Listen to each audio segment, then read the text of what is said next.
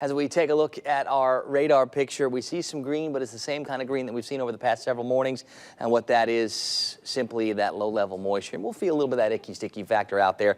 But I don't think we're looking at heavy-duty humidity today. So at least we have that going for us, even though it's going to be awfully hot. We're talking numbers likely up over 90 this afternoon in many spots. 68, maybe a little patchy fog trying this morning at the Tallahassee Airport. We're at 66 in Thomasville and 64 in Valdosta. It is warm out there. It is humid. Normal morning temperature should be in the mid-60s. Normal daytime highs are only supposed to be in the mid-80s. We're at that point in the year where the temperatures are supposed to start dropping a little bit, but they're just not doing it yet. They will. It'll just take a little bit longer.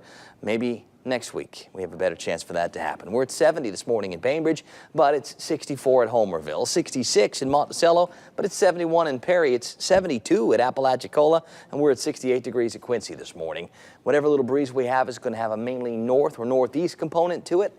And over the next couple of days, what we watch is more of the same across the eastern part of the United States with a cool front to the north and west. Now, it's going to try and get here, but I think it's going to have a real tough time making it this far south and east the way the setup is. It'll have better progress across the middle of the country and into the northeast, and it will play a role in helping to shoo Maria further out into the Atlantic. So hopefully we can get a little benefit of this by the weekend, maybe slightly cooler air, slightly drier air.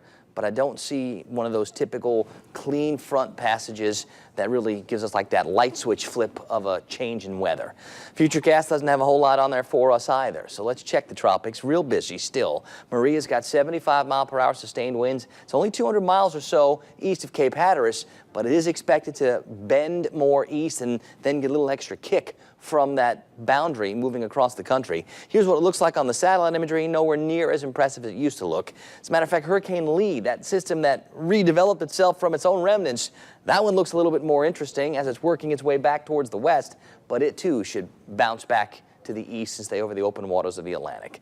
On the Gulf today, the winds northeast, then onshore later on, 5 to 12, seas 1 to 2 feet. So we're looking at a pretty good day for the boaters, and we're doing the high tides. This morning, they'll wrap it up just after 7 a.m. 60s and 70s, sunny, warm, sunrise 7:28. This afternoon, I do think we're going to get to 90, if not up above 90 in a lot of spots, so it's going to stay hot. September hot, but hot enough. Upper 60s for us tonight. We'll call it mostly clear. And here we go over the next couple of days. The big question, Rob, where is fall? Well, it's trying. That's all I got for you. The next 2, 3, 4 days, those top temperatures all have real shots to get up over 90, and those rain chances, they're staying low.